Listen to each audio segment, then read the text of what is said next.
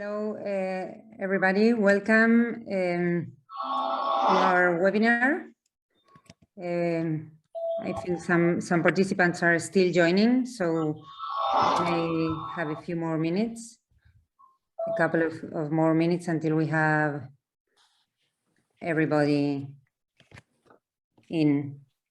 Okay, cool. And,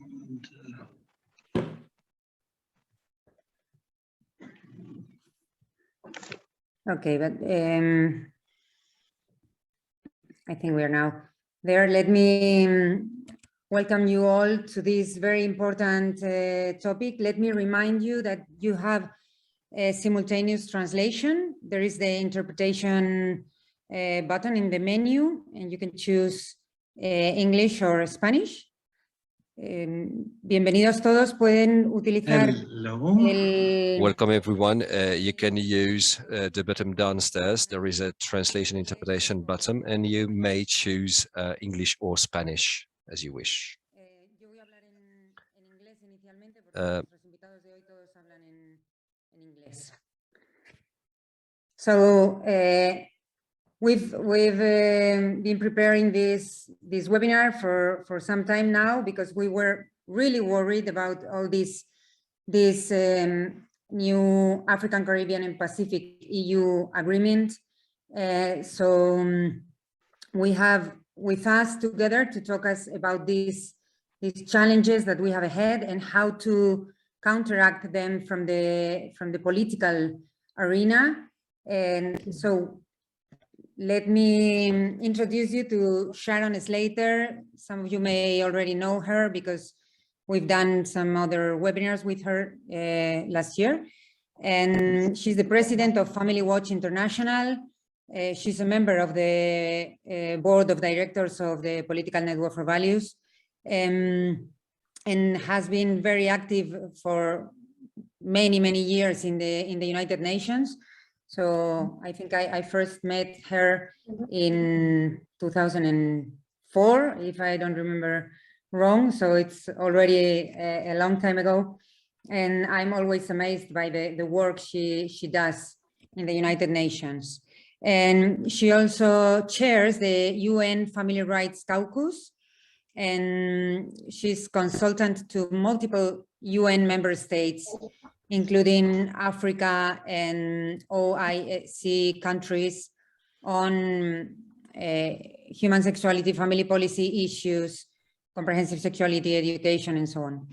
So first we will listen to Sharon and also Rebecca Aligouveia. She's also a member and advisor in Family Watch International and attorney at law, director of the ELPIS Center, a pregnancy and family resource center in Trinidad, Tobago, and she will represent the Caribbean region here.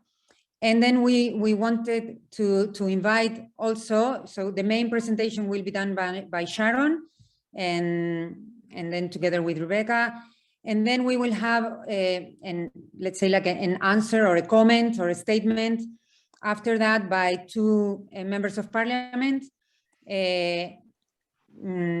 Ashem Christopher Songwe, he's a member of parliament from Malawi. And I think the voice of Africa is essential in this issue. And we will have also the member of the European Parliament, Bert Jan Riesen, a Dutch politician. He's a member of the European Conservative and Reformist group in the European Parliament. So I welcome you all and thank you for giving us your time and dedication in this new webinar. So Sharon, let me give you the floor. Thank you. Before you give me fully the floor, could you tell me how many minutes would you like me to take? Because I would just want to make sure I stay within the time. Okay, so we would have a main presentation of 15-20 minutes, and then the interventions from the other panelists. So altogether it might be around 40 minutes or something like that. And then we will have, as we usually do, we will open a dialogue with the other members of parliament that are present in the room, and then we may attend also questions from all the participants that they can write their own questions in the chat or in the Q&A button in the menu as well. Lola, I was trying to share my screen while you're explaining, but it says I'm disabled. So if you wouldn't mind. Yeah, we'll enable we that. will just try now. Okay, let me try again.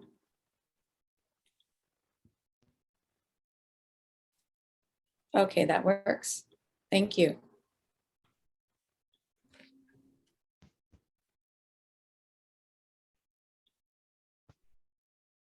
Okay, so sorry, I didn't mean to interrupt you, Lola. No, go ahead, please. Oh, you want me to go ahead? Great. Sharon, yes. Great, fantastic. First of all, I want to thank Lola Velarde. I am so impressed with her leadership and all that she has done in creating the political network for values and organizing, parliamentarians, government leaders, and NGOs all across the world to protect life and family. And I am honored to serve on the board, advising this wonderful group. And I'm grateful and honored for this opportunity, because I find, after working at the United Nations now, I think I'm going on 24 years, and advising governments on policy issues, I find that this treaty is probably the most dangerous treaty, probably the most dangerous policy threat that I've seen facing the entire world, not just those that are involved in this treaty. And I'll show you why. And I'll try to do it really quickly. Let me see here if I can get that. So, oh dear, hold on one second. Okay, yes. So you're gonna see that this is kind of like a 12-headed monster. There are so many different problems with this, but we've identified 12 serious problems that you can get more detail on our website that I'll show you at the end of this, but I'm only have enough time to show you a few of those. This is called different things. ACP-EU Partnership Agreement. It's called the Post-Cotonou Agreement. It's called the Samoa Agreement because heads of state were supposed to be signing this agreement back last year. That didn't happen. Thankfully, it's been postponed. We call it the Devious EU Treaty. And in fact, that is the URL to get to our website. It's deviousEUtreaty.org. But just a little background. The ACP is the African, Caribbean, and Pacific organization, which brings together 79 countries to negotiate with the EU in what has largely been an economic agreement over the years. The previous agreement, which is still in place until the new agreement it's taken effect, is called the Cotonou Partnership Agreement, and it consisted of 48 sub-Saharan African states, 16 from the Caribbean, 15 from the Pacific, and of course, each of the EU countries. And as I mentioned, it was largely an economic agreement, development cooperation, trade, there were political dimensions and so forth. But this time in the replacement treaty, which is called the ACP-EU agreement, this was initialed in April 15th of 2021 after being negotiated for 2 years by the ACP representatives and representatives from the EU. And supposedly this agreement is finished, final, as of April 15th, 2021. But be it as you will, the EU has made lots of little amendments to this. And so one of our points at the end of this is going to be that we should be able to, our side, the ACP side, the African, Caribbean, Pacific countries should be able to make one critical amendment, since the EU, even though they say no more amendments, they've made several. This has been largely celebrated again as a done deal. This is the EU representative and the ACP representative. And the problem with the new agreement is it brings in human rights.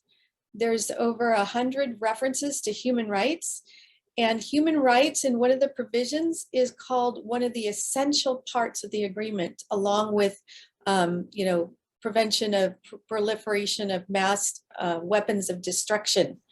And so if human rights is essential to the agreement, under the Vienna Law of Treaties, you cannot have a reservation, to any of the human rights provisions because it's an essential part of the treaty.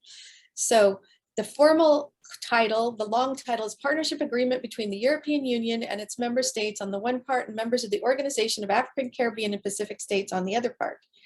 And it uses what we call it a human rights strategy, because it mentions all sorts of rights without defining them, which is the dangerous loopholes, I should say, throughout the treaties. And I'll just show you a few. It also has a new chapter on human and social development that's very dangerous. And for everybody in the world, global alliances and international cooperation is what can affect us all. And I'll show you what I mean by that. Article 79.1 calls upon the state parties to this convention to adopt joint resolutions, declarations, and statements to coordinate positions and, where appropriate, voting, and to take joint actions so as to ensure a stronger voice in international and regional organizations.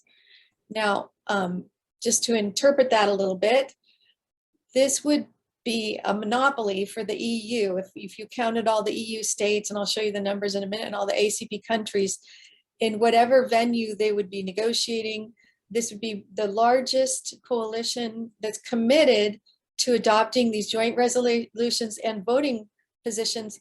And I would add that this should probably, or will probably be based on what they've agreed on in the treaty will have to be also agreed upon in, like at the United Nations when they're negotiating as a group. It calls upon, and this is one of the biggest Trojan horse articles, Article 30, the parties commit to the full and effective implementation of Beijing, the Beijing Platform for Action, and the International Conference on Population and Development. Now, these are, the women's documents and population documents that the UN, all governments have signed on to, but they are not binding. This is this whole agreement that we're talking about, this devious EU treaty, is a 20-year binding agreement. So this elevates these documents, the Beijing Platform for Action and the International Conference on Population and Development, commonly referred to as Beijing and ICPD, to binding agreements with the EU.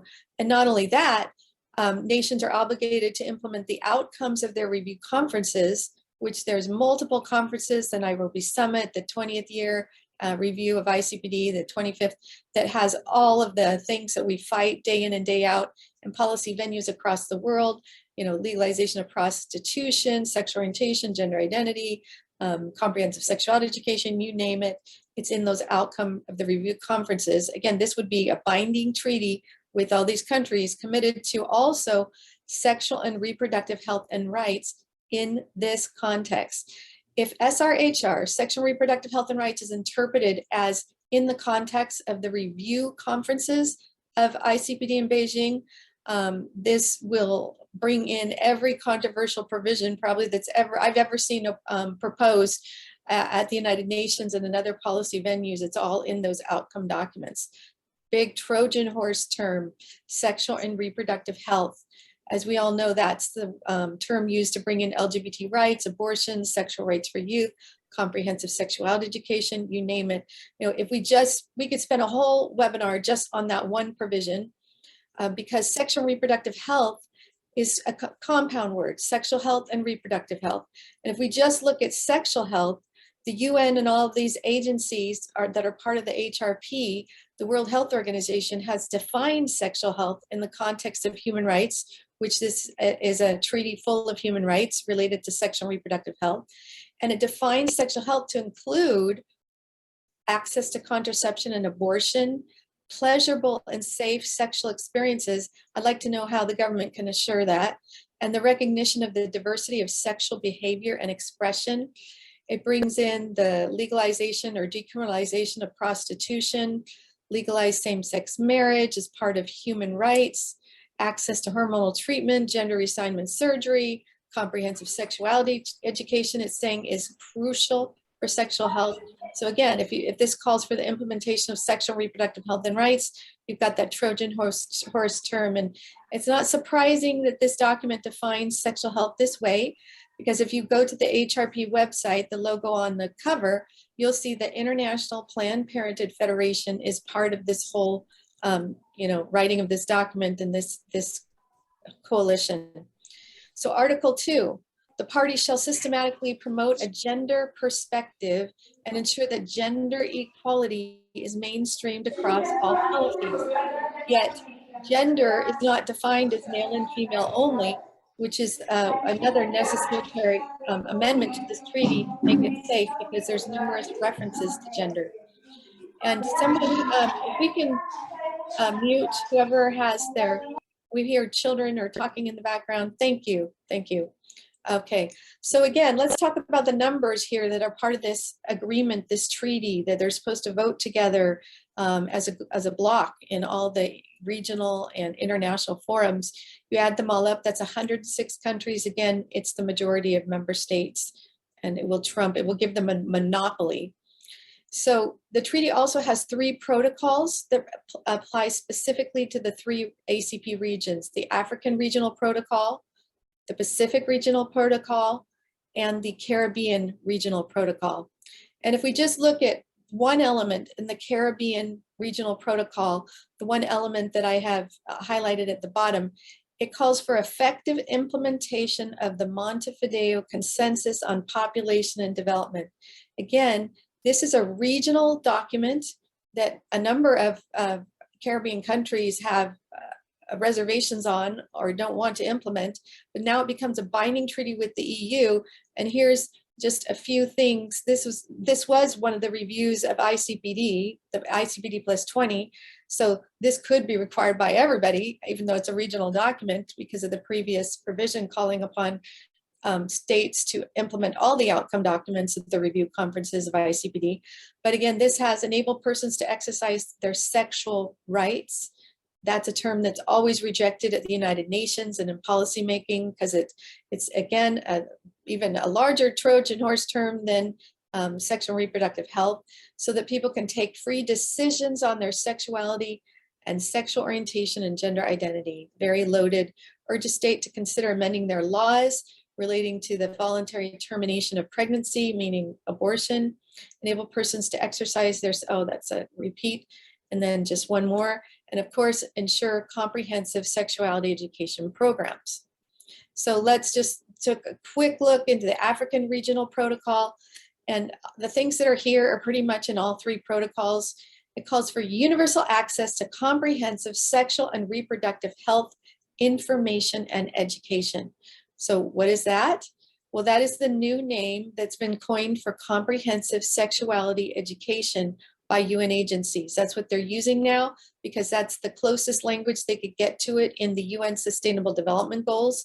And here they're going to make sure, though, that this is defined as comprehensive sexuality education, as it says, taking into consideration UNESCO's International Technical Guidance on Sexuality Education. And just many of you, if you've heard me do webinars, I always talk about this Trojan horse document published, released in 2018 by multiple UN agencies, including the World Health Organization. They have decided what should be taught in all the schools across the world as part of sexuality education. They've redefined abstinence, saying abstinence doesn't just mean not having sex, it also means deciding when to start having sex and with whom. And this is a right for children. Children are to respect promiscuity. Each decision of a person to be sexually active should be respected at all times. And I'll just give you a window into one of the sexuality education manuals. This is Comprehensive Sexuality Education in Zimbabwe. This is one of the worst ones I've seen. It's got UNFPA, but it also has the European Commission logo. It's hard to see because it's down in the lower hand corner on the left, but this is what the European Commission considers should be the kind of sexuality education that should go to Africa. And it's under the guise of protecting their sexual and reproductive health. So again, this is sexual and reproductive health information and education as required in the treaty. The target group is age 10. And just here's one of the worst parts. It asks children to review all these different kinds of sexual activities, and then report 2 of them to their class. Pederasty, this is sexual pleasure from young people. Bestiality, necrophilia, sexual pleasure from corpses. Urophilia, sexual pleasure from urine. Sexual pleasure from filth, such as feces. Sadism, masochism. I mean, and what planet could anyone ever consider that there is any reason whatsoever for African or any children across the world to have to think about and describe and you know, contemplate these things so Para they describir y contemplar estas cosas. really, you know, I'm sorry about this picture. I'm going to go fast because that's very graphic. That's in there. They have to just, you know, describe which parts of the sexual anatomy experience sexual pleasure. I mean, these are so bad. We could spend 20 webinars. In fact, we have, if you go to our website, stopcse.org, we've, you know, analyzed all these different comprehensive sexuality education manuals, many of them in Africa, and you can see all those excerpts, including from this one, if you go to stopcse.org. But again, this has that same commit to the full and effective implementation of Beijing and ICPD. And just coming to an end because there's so much more we could say, but we have many other important speakers that we need to hear from today and get their take on this as well. But it says the agreement will become binding on the parties under international law only after completion by each party of its internal legal procedures necessary for the entry in force of the agreement. Meaning, or its provisional application, and there's a little loophole there that has to be explored more. So supposedly every president, head of state is supposed to sign this, and parliaments are supposed to domesticate it and approve it. And this is where it's very important, this political network for values with all the parliamentarians that are part of this. We need to raise this issues and the harms of this treaty in parliaments and either get it stopped or substantially amended. And we have suggestions for amendments. If you go to our website at eutreaty.org or deviousEUtreaty.org, there's lots of different information here. There's the deceptive terms at the top, some of the news. If you go to ACP concerns, however, we have 3 policy briefs, one for the Caribbean, one for Africa, and one for the Pacific. And if you click on your region, your regional document there, it'll lay out 12 of the serious harmful elements. Or you can also go generically to the petition that outlines, and we would like everyone to sign this petition to call upon parliamentarians to stop this. But I don't have time to go through, we already went through a lot of these, so I'm not going to go through them. This is an example of the one for Africa that I said you could find under that ACP concerns. It says the pending EU ACP agreement, 12 serious implications for the African Union and African states.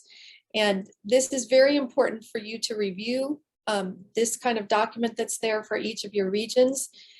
We do have an article that was published in a newspaper in Ethiopia by 3 prominent women, one a parliamentarian, the Honorable Jennifer Shamala in Uganda, and it's an urgent plea for African heads of state to not sign the deceptive treaty, an open letter. We can make that available for you.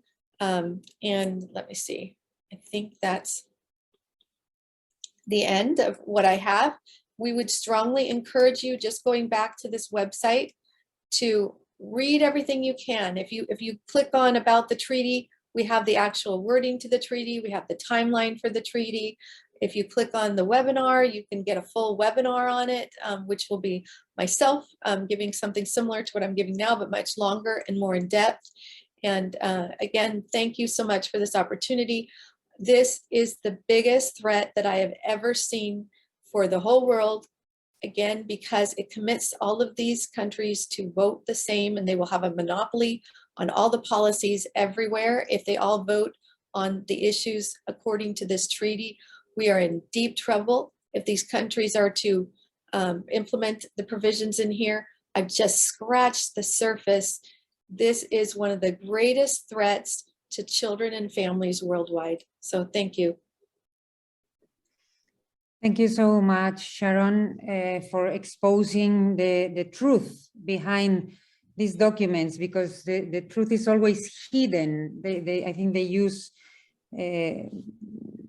this kind of ambiguous language always. They've been using this ambiguous language, so people of goodwill just don't realize what it actually is behind this kind of treaties. Okay, so before going on, and thank you very much for sticking to the time, let me mention that we have registered participants from more than 30 countries to participate, from Argentina, Barbados, Brazil, Brussels, Canada, Chile, Colombia, Ecuador, Spain, Eswatini, France, Guyana, Honduras, Jamaica, Kenya, Mexico, Netherlands, Nigeria, Peru, Poland, Dominican Republic, the United States, San Martin, Slovakia, Swaziland, Trinidad and Tobago, Uganda, Uruguay, Venezuela, Hungary, Lithuania. So I think the impact of this presentation can be spread very much. And after the presentations that we will hear now, I didn't mention at the beginning that we have also with us Jose Antonio Cas, the president of our network, and I will give him the floor afterwards, after the presentation, to open the dialogue, if I may. So maybe we should first listen to Rebecca. So we first listen to maybe she will complete your presentation, and then we listen to the answers from the members of parliament from Africa and Europe. Rebecca, thank you very much. Thank you very much, Lola. Thank you for having me. And good day to everyone. Good morning, good afternoon, good evening. We are under storm watch, so I hope you can hear me above the rain that's falling very heavily right now. But just to say, what I want to share with you is an approach that we took here in the Caribbean by writing to every single parliamentarian in all of the countries regarding the concerns with the ACP-EU agreement. And one of the things that we pointed out was exactly what are we trading for what? In other words, if I can just share one slide with you, just to show you. If you can see that, can you see the? So we have 79 versus 27, and one of the issues that we need to raise with our parliamentarians is this hollowed out Samoa agreement on trade and financing really seeking to extend geopolitical power? And Africa is seen as the prize in this agreement. So the OSCPS was really formed by the Georgetown Agreement in 1975, and the purpose of the OSCPS was around sustainable development, poverty reduction, and greater integration into the world's economy. All 15 countries of the Caribbean community, plus the Dominican Republic, negotiate now in what's called the CARIFORUM Economic Partnership Agreement with the EU. And I have seen through the CARIFORUM that the EU they've already embarked on SRHR initiatives for our youth, starting in 2021. A gentleman called Medellina and many experts are actually pushing back against this Samoa agreement, including those of us on the life and family issue side. And one of the things he said is that European politics in this era of aid for influence is diminishing in Europe. And so through the Samoa agreement, there seems to be an attempt to bind the OSCPS to Europe through the Samoa agreement by emphasizing procedural certainty, legal commitments, such as the one Sharon pointed out, and conditions so as to give EU policymakers a sense of control. In fact, he said various forms of persuasive methods seems to have been used in the negotiating process to get our OSCPS countries to compromise on wording in the Samoa agreement, especially on the sensitive issues such as human rights and SRHR and comprehensive sexuality education. And if I may be specific, some of the methods used in the negotiating process were methods such as restricting access for OACPS diplomats into the EU. It was always the intention of the Lomé Partnership Agreement and the Cotonou Partnership Agreement that there be trade and development aid. And as a matter of fact, to back that up, the European Development Fund was the main envelope through which money was channeled through the government structure to assist in aid and development. However, that's been done away with in the Samoa Agreement. And now they have something called the Neighborhood Development and International Cooperation Instrument. And that has replaced the EDF and 10 other European external financial instruments. And so one of the issues for us as well in the OACPS is this money that's even being promised in the Samoa Agreement going to reach our countries? And what's really the end game? In particular, for the Caribbean and the Pacific states, that's been allocated 500 million euros and for Pacific states and 800 million euros for the Caribbean. There is as yet no real mechanism in this neighborhood international development and international cooperation instrument for how this money will be channeled to our countries. One expert sees this whole Samoa Agreement and this whole new financial modeling as a movement away from what pertained under the Lomé and Cotonou agreements. And what he says is that there seems to be this policy first principle with EU interest driven and policy driven approach, that there will be a tighter control over how the EU controls its resources and a move away from the core goals of the OACPS, bearing in mind that these core goals are for sustainable development, poverty reduction, and integration into the wider global economy. Some see this as what's called a Team Europe approach. In other words, a way to give the EU and its member states a more visible place in the geopolitical space. One of the things we pointed out to our parliamentarians here as well is that the very provision of the World Trade Organization, which talks about special and differential treatments and the global trade market for countries that are of lesser economic status, is being undermined by the Samoa Agreement.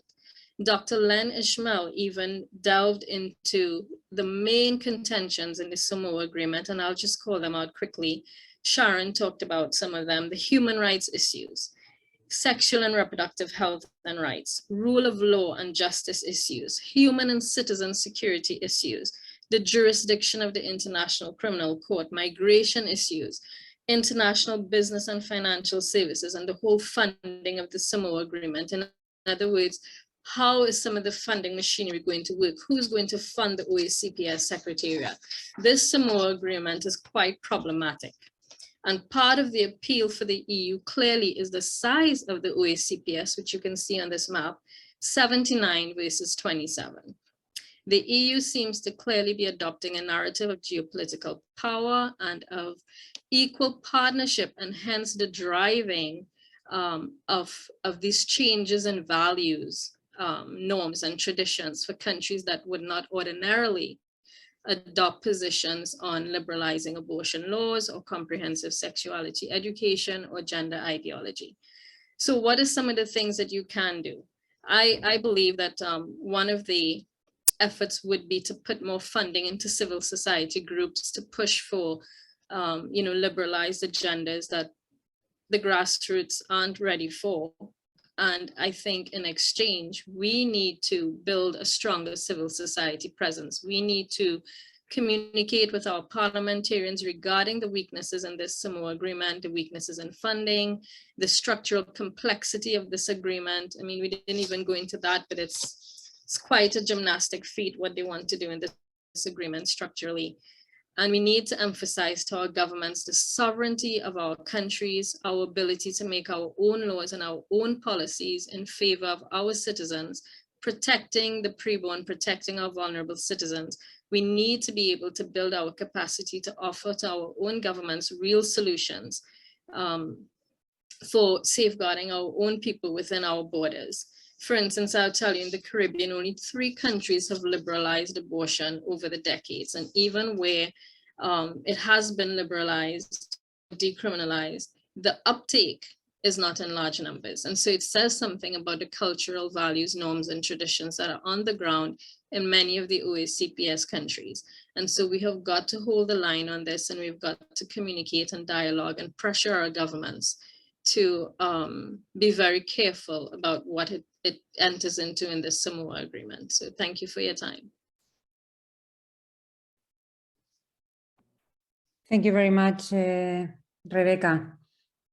Let me now immediately give the floor to Honorable Ashem Christopher Songwe, Member of Parliament from Malawi.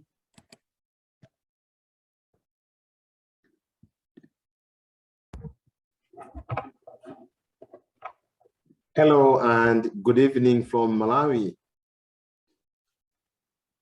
Rebecca, if you mind, please stop sharing. Wonderful, thank you. Go ahead, Mr. Songwe. Thank you. Yeah, good evening from Malawi. I'll start with an apology that I tried to turn on the video, but the communications quality is quite a challenge. I am in the field right on an island in my constituency, and the quality of mobile network service is not that very good for video communication. So I hope it is all right with the audience so that I can carry on with the audio part of my presentation.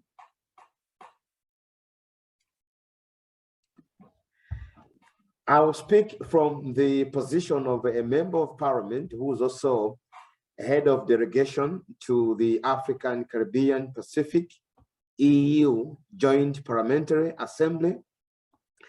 And I will try to add my comment based on what Sharon has presented and also what Rebecca has also covered. And I'll try to highlight the secretive manner in which the new agreement has been kind of executed and is being advanced. Recently, in the month of April, we had the Joint Parliamentary Assembly in Strasbourg, France, and it was very clear from the members of the African, Caribbean, and Pacific that we are not comfortable with the new agreement based on three premises.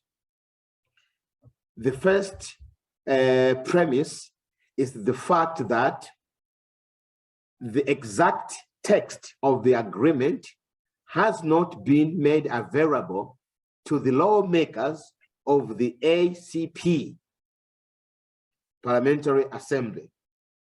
And it is our view that as lawmakers, we should be given that priority to scrutinize the text of the new agreement in terms of its relevance, in terms of its conformance, and in terms of its legality, particularly when it's being applied unto the respective national assemblies of the member states of the African, Caribbean, and Pacific Joint Parliamentary Assembly.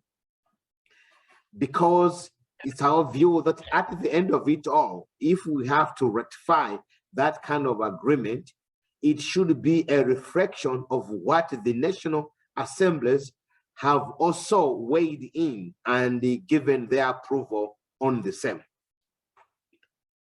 Secondly, with the proposed new structure of the post-Cotonou agreement, the way that the African, Caribbean, Pacific, and the European Union Joint Parliamentary Assembly will be structured, we have the view that there has been a deliberate effort to weaken the ACP by breaking it up into smaller structures that the EU feels so comfortable to work with. But the ACP feels uncomfortable because it weakens that unison, that major bloc that was able to negotiate as a bloc with the EU. The new structure now We'll have EU interfacing with the African continent and EU Parliament interfacing with the Caribbean Parliament and the EU interfacing with the Pacific Parliament. Whereas previously it was the EU interfacing with the whole African, Caribbean, Pacific as a strong bloc. And further to that, we used to have what we were calling select committees under the ACP EU. But now with the new setup, those committees have been phased out. So there'll be no more other, there'll be no further oversight scrutiny at committee level before business is brought to the Joint Parliamentary Assembly. And another premise that gets all the members of the member states of the African, Caribbean, Pacific worried. It's an area that Rebecca did cover extensively, but in brief, it is the switching of the funding tool from the EDF to now NDICI, which member states of the ACP have found it to be quite problematic in its structure and design, and that it will no longer be beneficial to the member states of the African, Caribbean, Pacific, owing to the red tape that has been introduced with the NDICI and the preferences that have been incorporated in terms of priority, that is the priority that the EU will now be considering before it considers to provide funding to the African, Caribbean, and Pacific member states. While we are looking at this, I would like to suggest that we should not lose hope in terms of how we can probably try to stop the signing to be done. It was supposed to be signed, the agreement was supposed to be ratified sometime in April, but it was switched to June. But again, it has been changed probably to some time later in the year. But in October this year, we expect to have the Joint Parliamentary Assembly in Africa, and it will be in Maputo, Mozambique. This could be an opportunity again that this network could try to utilize to bring its voice, strong voice, opposing to the signing of this agreement, so that the Joint Parliamentary Assembly can have this voice also heard and consider its submission. Thank you very much for your time. I thank you.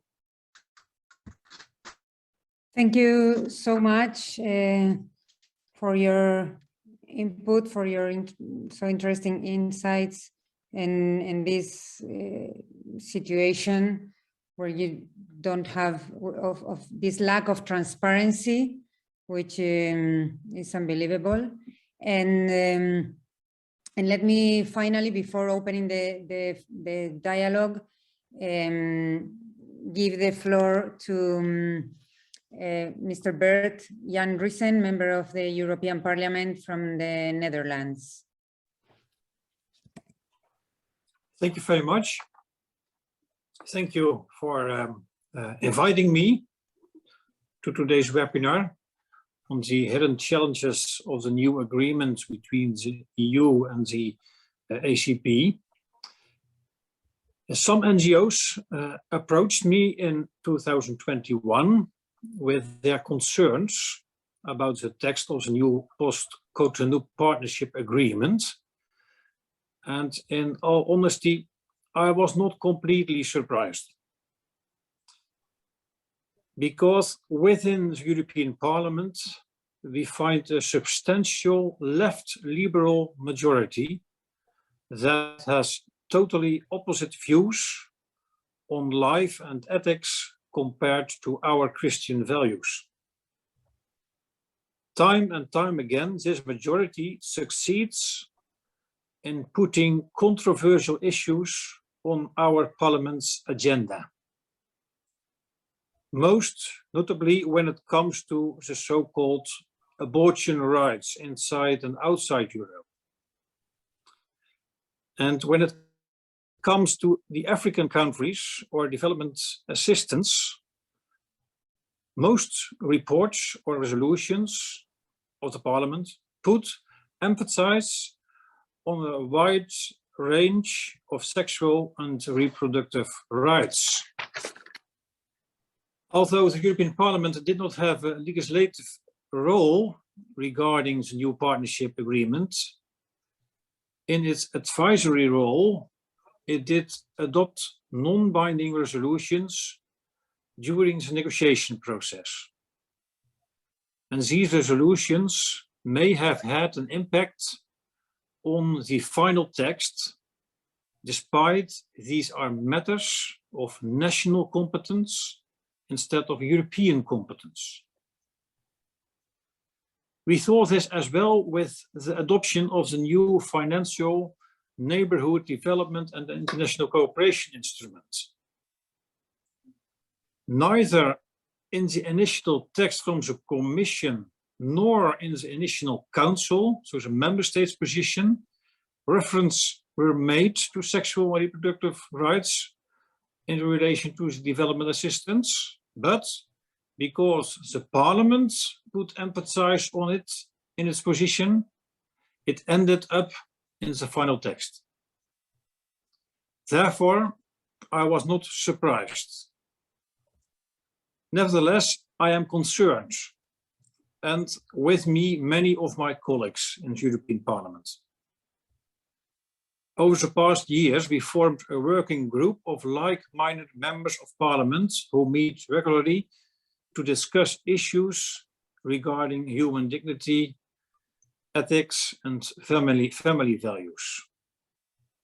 We are a minority, but we are committed to defend and promote Christian values and want to enhance our visibility and increase our network and impact by coordinated actions. And we decided as a group, as an informal group, we decided to critically ask as the European Commission on the content, the format, status, and conditionality of the post-Cotonou agreement. So I think it's good to inform you about the answers we got from the Commission. I think it's relevant to bring that also on the table. In its reply, the European Commission said that no specific target date has been set for the signing of the agreement. I think that's relevant to know. In May, it became clear that Hungary is blocking the agreements over migration issues. The agreement is an EU-only agreement that does not need the individual signatures of the EU member states, but ratification by the European Council with unanimity and European Parliament only. We argued as a group in the Parliament that the scope of the agreement exceeds the competence of the EU in certain areas. The European Commission sees this differently in light of the broad nature of development policy. The Commission also told that the Court of Justice confirmed in an earlier case that specific sectoral clauses cannot alter the general scope of a development cooperation agreement. So again, according to the European Commission, in their view, it is just an EU-only agreement, and they see, let's say, possibilities to negotiate on these issues which are also today on our table. We also learned that the contracting parties can, as a matter of international law under Article 19 of the Vienna Convention on the Law of Treaties, formulate reservations when signing or ratifying it. I think it's also important to mention that. provided that such reservations does not contradict the overall object and purpose of the treaty. And these reservations should be accepted by the other parties before becoming valid. I think this possibility of reservations is also an interesting element to take on board, and maybe for some member states or some countries, for them maybe that can be a way to put forward, to formulate reservations on the agreement. So coming to a conclusion, based on the answers of the Commission, I do not have the impression that a form of conditionality is put upon the ACP countries.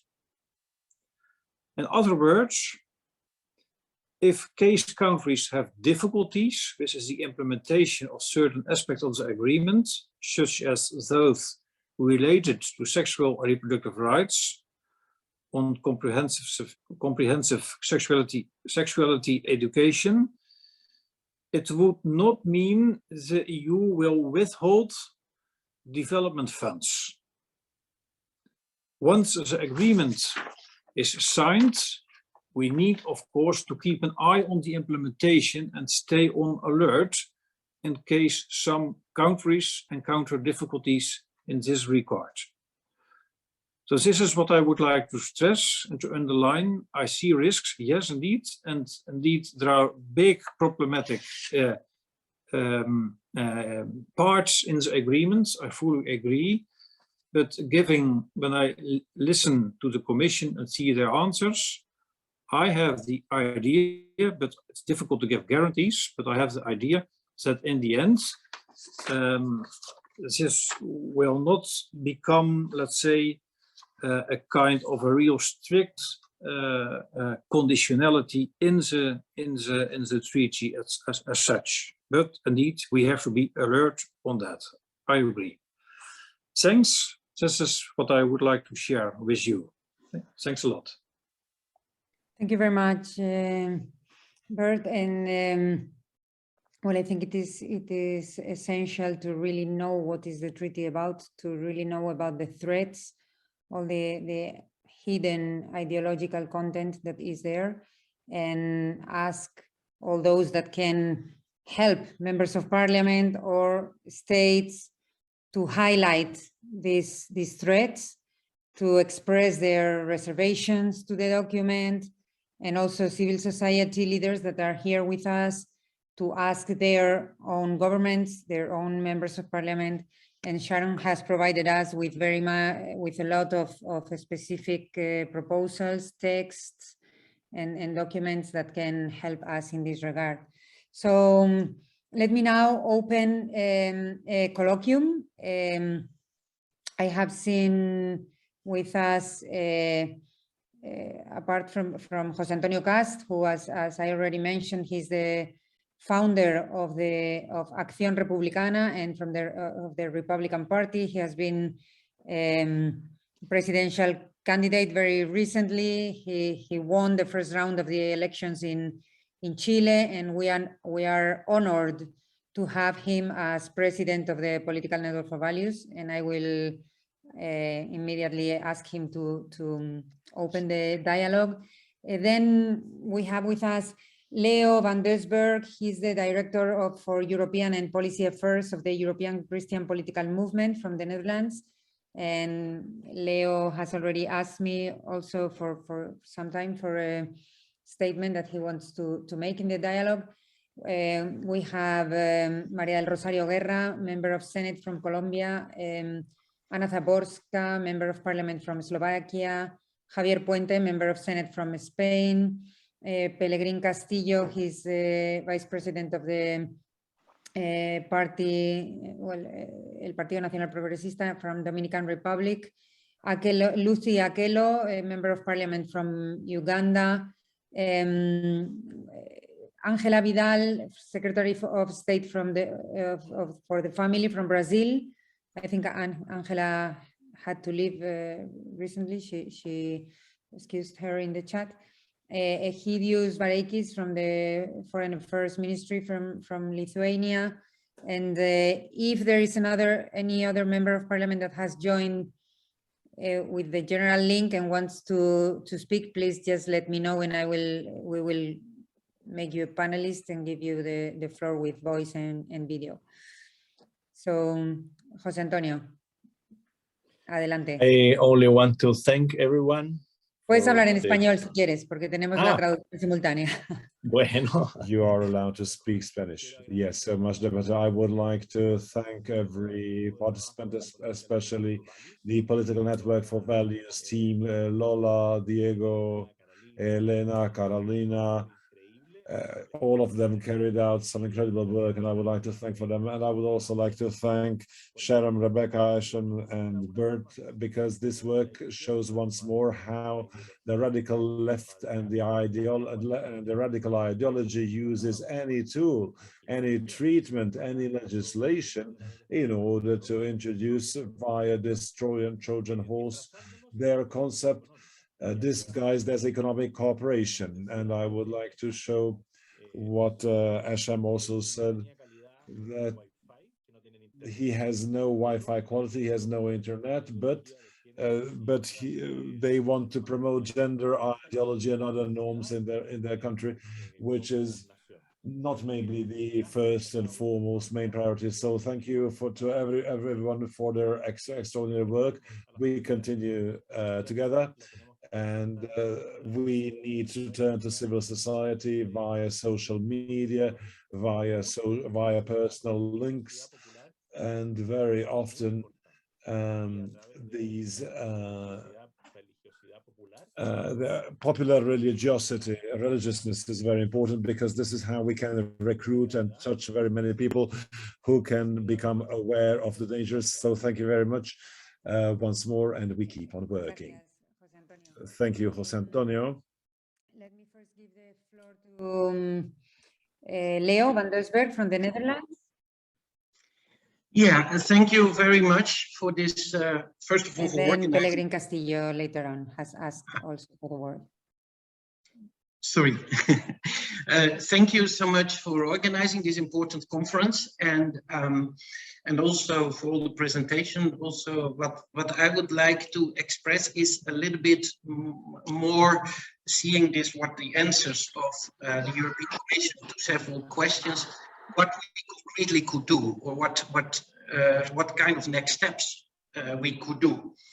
First of all, on the answers, what also was interesting is that they said that they're at the end of the negotiations, and then when it will be applied, the parties have to complete their respective internal approval procedures.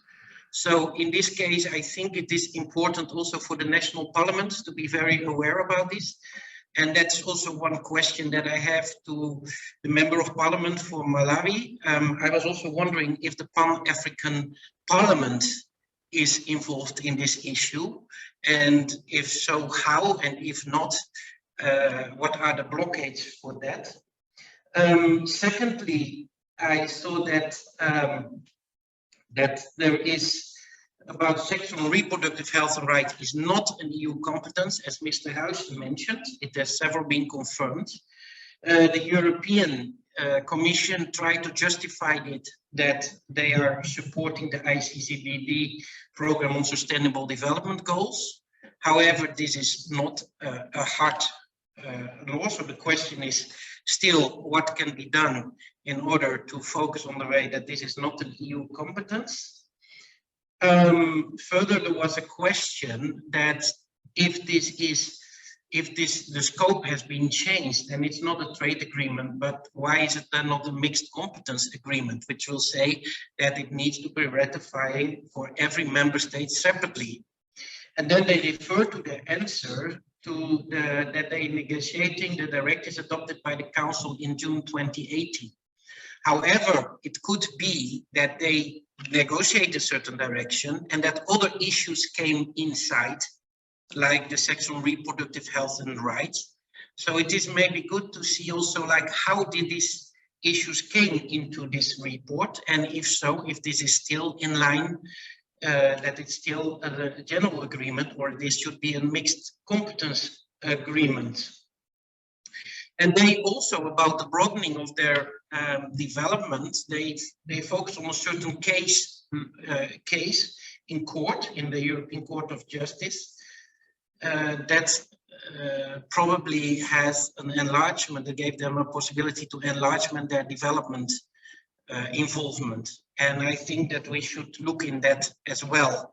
What is this case law and how does this justify? The last thing what I also was focusing on is what Mr. Huis also mentioned, is about this issue of reservations. It is a possibility. The treaty itself did not mention it, but according to international law, Article 19 of the Vienna Convention, there is a possibility for countries to have reservations when signing or ratifying it, provided that such reservation does not defeat the object and purpose of the treaty. And also the other members should agree that there will be a reservation. So they don't have to agree why this reservation, but that there is an agreement of the reservations. So in this case, I would really call up to the African countries, you know, for their governments, because if one country will put a reservation, it's more difficult. But if more countries will put reservations in the signing of the treaty, that might be a possibility. About the not obligation to impose, that is written in Article 1.5 and Article 79 of the new agreement, that do not impose an obligation of result on the parties in terms of agreeing to common positions in any particular field, but rather an obligation of conduct. In other words, while under the new agreement, the parties shall strive to work out common positions, to deploy their best efforts to overcome any possible differences. There is no obligation to come to an agreement on all matters. So in this case, yes, but I believe that first of all, the communication is very important, but also I think that it would be good if from the African countries, they are asking serious questions to the EU representations in their country in order to ask these questions in how far this is this in this treaty and how far this is possible. So these are some kind of remarks that I wanted to add, followed on the presentation of Mr. Huijsen. Yeah, so and on the European Council level, it is still seeing what is the situation there. Thank you very much, Leo. I can see that. And the question to the member of parliament from Malawi, if he knows if the Pan-African Parliament is involved in this issue or know about this.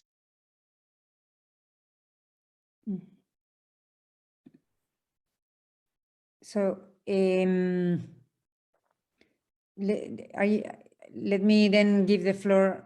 You have finished. You're finished, right, Leo? Okay, thank you very much. Let me give the floor to Pellegrin Castillo. He's a member of the advisory board of the Political Norm for Values from Dominican Republic. Bienvenido, Pellegrin. Gracias. Un saludo a todos ustedes, presidente Kaas, Lola, los panelistas y todos los participantes. Realmente, I would like to welcome everybody, Lola, Jose Antonio, all the panelists, and indeed I'm very much impressed because I tried to deal with this topic because this topic for the Dominican Republic is of utmost importance. It's transcendental.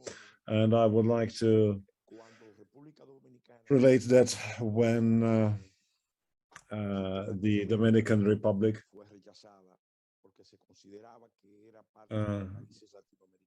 it was considered a Latin American country in order to access to the Loma Treaty, and the same was done also to Haiti, which just put an end to its dictatorship. The condition that the European Union imposed on the ACP was that they should access together jointly, and this was something that generated resistance. because each and every country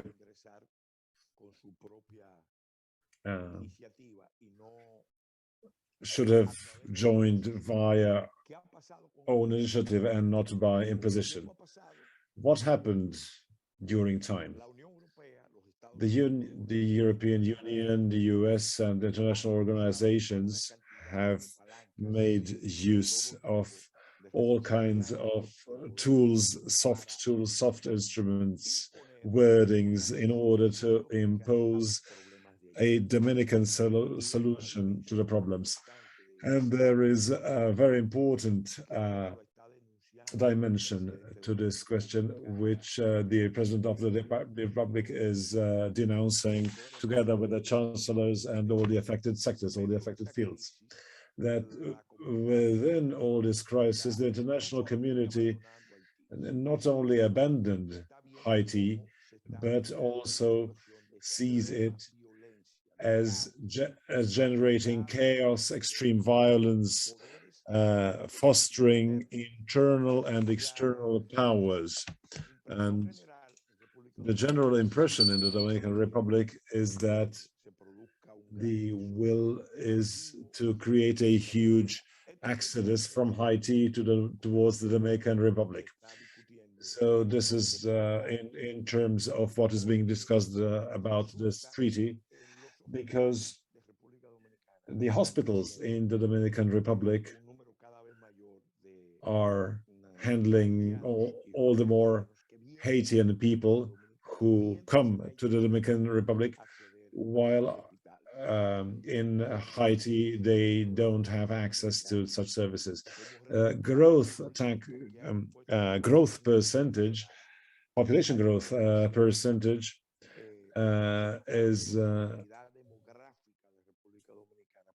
well, Haiti is actually affecting the demography of the Dominican Republic, because we are talking about millions of people.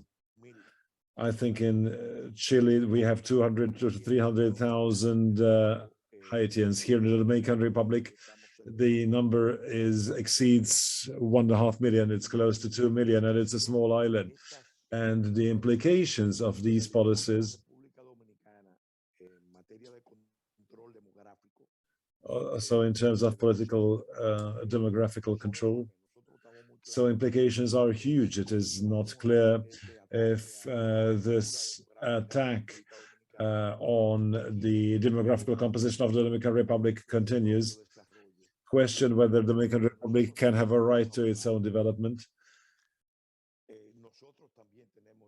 And we also have a right to our own development. For this reason, I would like to thank, if there is data, if there is alertness to this subject, because we here in the National Congress need to analyze this question, not only in terms of a general tendency, but also as an insular tendency.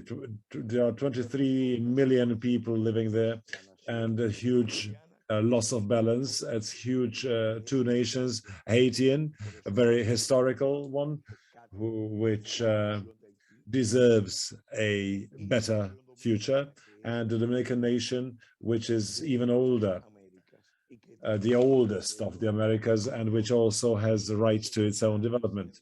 I wanted to thank you for alerting on these subjects. We will analyze this in this context and in the context of insular relationships. Thank you very much. Thank you very much, Pellegrin. I believe it is very important. So your work as a country who belong to this treaty is very important, and you cannot discuss this question in your own parliament. And Pellegrin Castillo is also part of a network of legislators. Correct, he says. And you cannot work in a coordinated way. And right now, I am responsible along these years to preside the permanent forum of the political party, which comprehends 30 organizations of all tendencies of all currents. So we would like to address this topic within the permanent forum of the political party of the Dominican Republic. Yes, thank you very much, Pellegrin. Is there any other raised hand?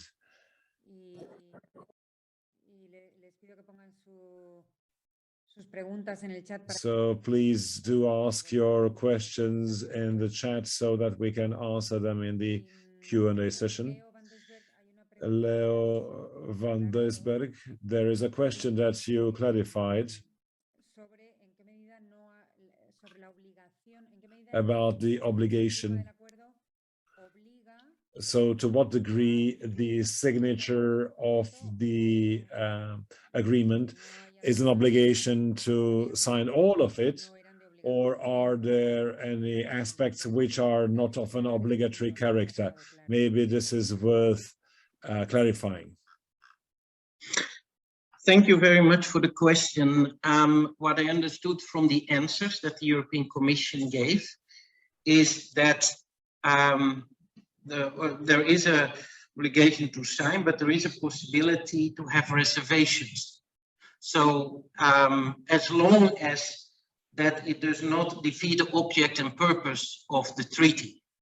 So a country can have a reservation, but then the other treaty members should accept that there is a reservation. So in that case, it is good if more countries will try to have the reservations or to work on that. So this is what the answer said, and they based it on Article 19 from the Vienna Convention on law of treaties.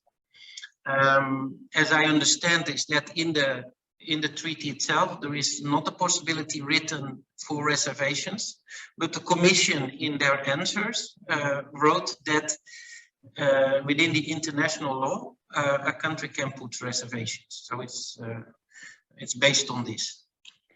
But Lola, I'm wondering if I could respond just a second. please do that, so. because Ambassador Dahab, who is a former UN ambassador from Sudan to the United Nations, he has written a brief specifically on this ACP-EU treaty and the possibility for reservations. And part of my presentation was based on, Leo is exactly right. Under the law of treaties, we're supposed to be able to put reservations. However, you cannot put a reservation that is counter to the essential parts of the treaty. And that's why they put in this treaty that there are only two things that are essential: human rights and non-proliferation of weapons of mass destruction. So human rights is in there 100 times in all different ways. Sexual and reproductive health and rights are considered human rights. So we are actually not recommending reservations. We're recommending right now, because it hasn't been signed by heads of state, to create problems. We want to not let the parliaments ratify the treaty. So I have put in the chat, you had asked me to prepare specific things that people could do. I put the petition that we have basically calls upon parliamentarians in every country to propose to the European Commission a provision. And the EU is never going to accept it. They're going to say it's too late. But the very act of proposing this provision, which says something to the effect, I posted it in the chat, and it's the end of the petition on the website that I told you, but nothing in this treaty can create any obligations with regard to sexual orientation, gender identity, CSE, abortion, several things like that.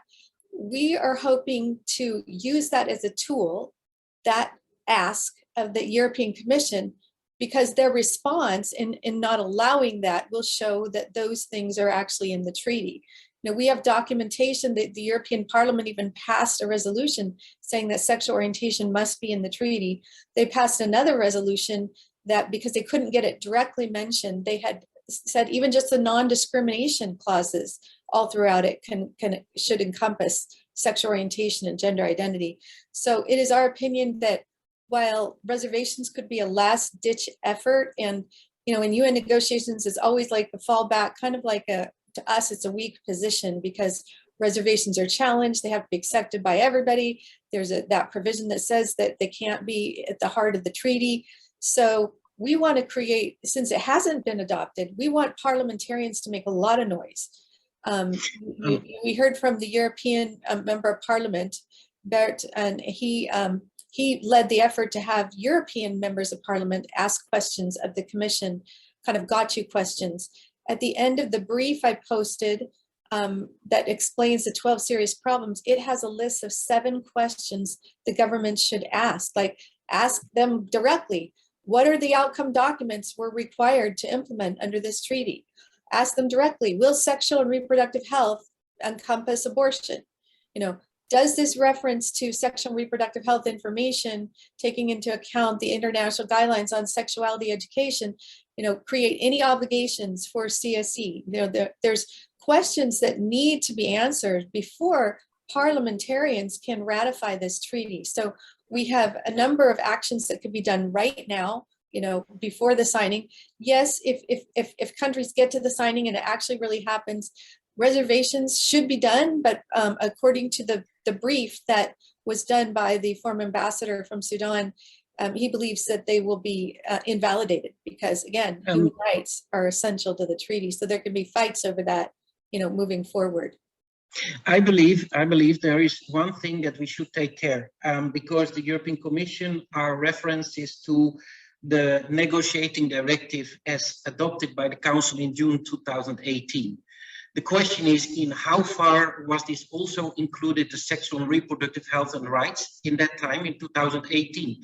If it is not, then it is not an essential part of this treaty. That's maybe a thing to try to investigate this, as is this the possibility, because maybe it came in during the process and not from the beginning in 2018, where they agreed the path on it. And I do agree that the reservation is the end of the time. We should do a lot of more issues before, but we should be taking care that this is maybe the only way at the end that can be done.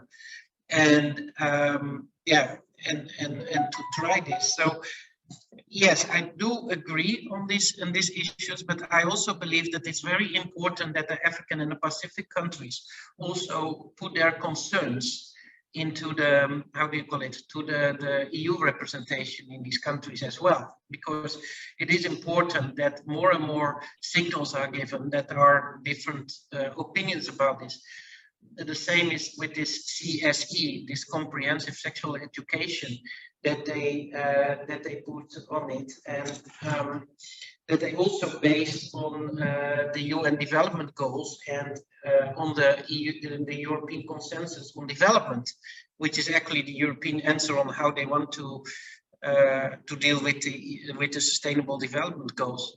So yeah, there is a lot of things to be done, but also a lot of things to be investigated also to the European position. And therefore, these questions were very helpful that were asked by many members of the European Parliament, which opens actually sometimes even more questions on this whole issue.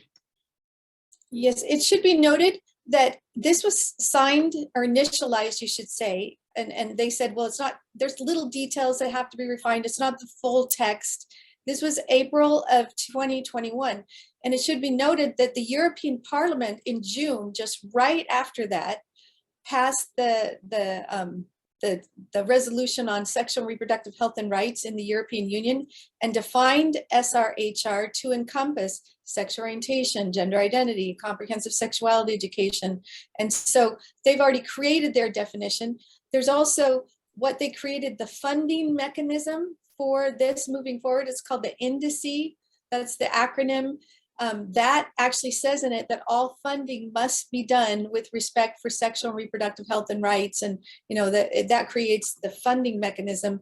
And I think it was Leo that mentioned, or I can't remember who mentioned this. This is not a competency of the EU. So how can the EU be pushing this on the other countries?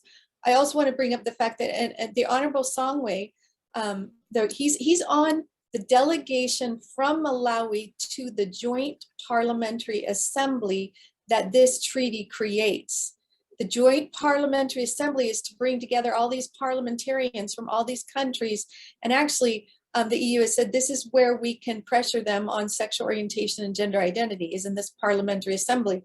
It should be noted, he said something very significant. Here, they're the parliamentarians. They're supposed to be advising the Council of Ministers that this treaty creates. The Council of Ministers can make binding decisions on the state. So there's basically handed over their sovereignty to this Council of Ministers. But he said the Joint Parliamentary Assembly has been asking for the text of the treaty, and they haven't even been given it. And yet their presidents are slated to sign it without the parliamentarian representatives ever having a chance to debate it, to discuss it, to even see it. It's never officially been given to them. So this is a travesty. Parliamentarians, all parliaments should be outraged at this being bypassed. They're the legislative making body for their country, not the ACP. So this really needs to be brought in a major way to the attention of parliamentarians. We've discussed possibly doing marches in the ACP countries or protests, or, saying, how are we represented? How could a treaty, a binding treaty be made that obligates sexual and reproductive health and CSE to be given to children without even consultation of the parents, when there are many binding treaties, and the Universal Declaration of Human Rights says that parents have the right to guide this education? And how can any country be in a binding treaty to give these things to children without the parents? So there's just so many levels of problems that parliamentarians, I think, across the ACP and in the EU should be raising in their parliaments. Sharon, there is a comment by Joe Buckland.